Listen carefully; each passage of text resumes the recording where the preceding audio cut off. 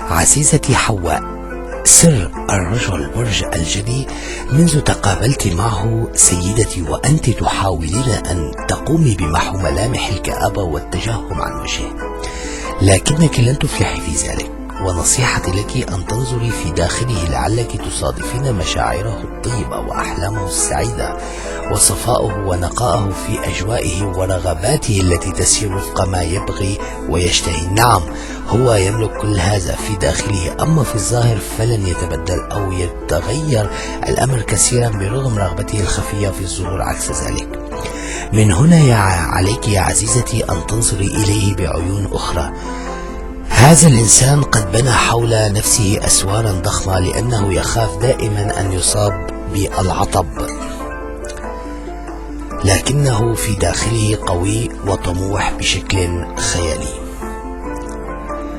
قد يميل إلى الوحدة في الظاهر، لكنه في داخله ميل غريزي إلى حب كل الناس، يحتاج إلى دعمهم وتأييدهم، كما أنه يتمتع برومانسية لن يستطيع التخلص منها برغم ما يفرضه عليه كوكب زحل من الحزم والطاعة والنظام والدقة والهدوء.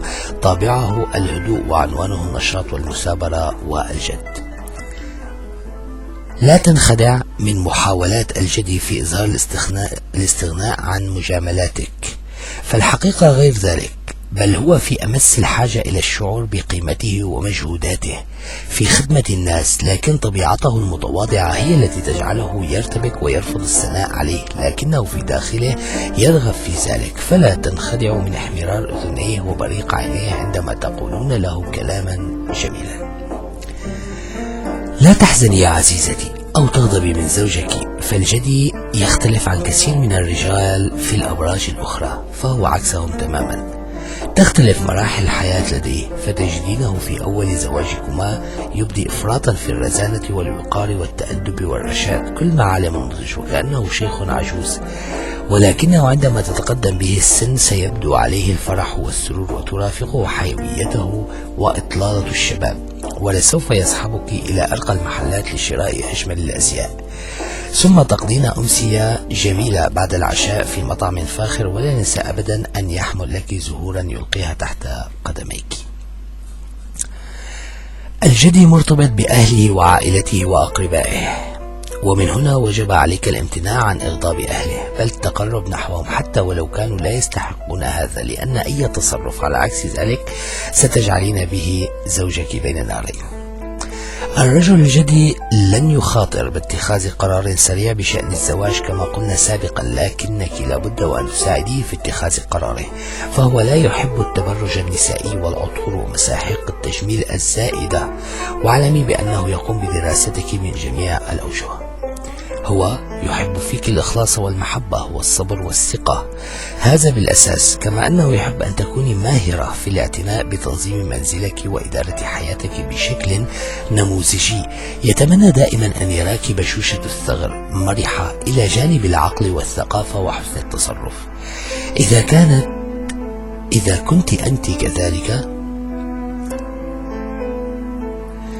كنت أنت كذلك سيقدرك ويغمرك بعطفه وحبه على مدى الحياة ومر السنين، وليس هذا بكثير على رجل مثل مولود برج الجدي.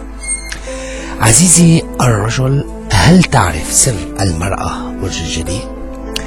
المرأة الجدي تراها بأشكال متعددة، قاسية، حازمة، طبيبة في معملها بثيابها البيضاء، أو تراها قطة بريئة تملأها الأنوثة المتميزة، ينجذب كل من حولها إليها. تعرف جيدا الطريق الذي يوصلها إلى ما تحلم به.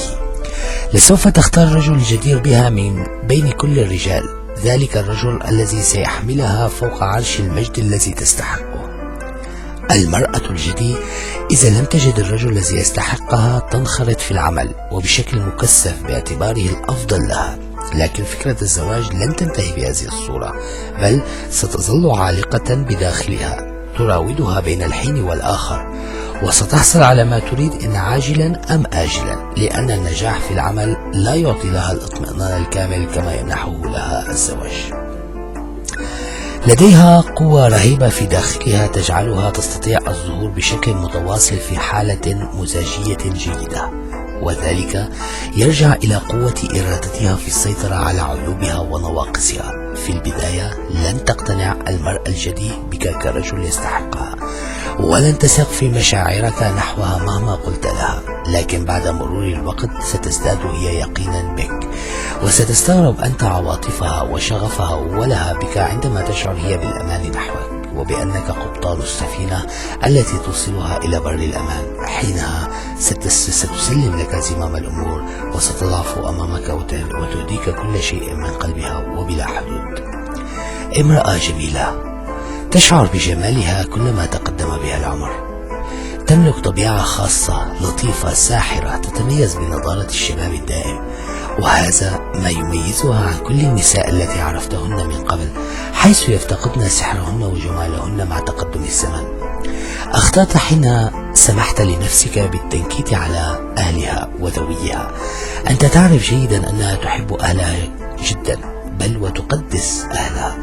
لقد أسأت لها إساءة كبيرة، وعليك أن تعتذر، وحاذر أن تفعل ذلك مرة ثانية فهي لن تقبل ذلك. المرأة الجدي تحب صنع الهدف والسير في اتجاهه، تقهر كل الصعاب وتكسر كل الحواجز التي تمنعها من تحقيق هدفها.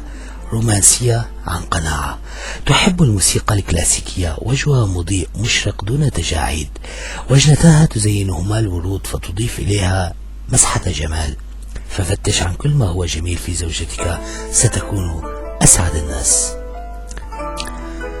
الطفل مواليد برج الجدي، طفلك يختلف اختلافا كليا عن كل الأطفال، فله منذ الصغر إرادة قوية، يعرف جيدا ما يريد، بخلاف الأطفال الآخرين الذين يستخدمون الصراخ والعويل لتحقيق أهدافهم. إذا لم يعجبه شيء ما سينظر بهدوء إلى عيونك، حينها ستعرف أنك على خطأ.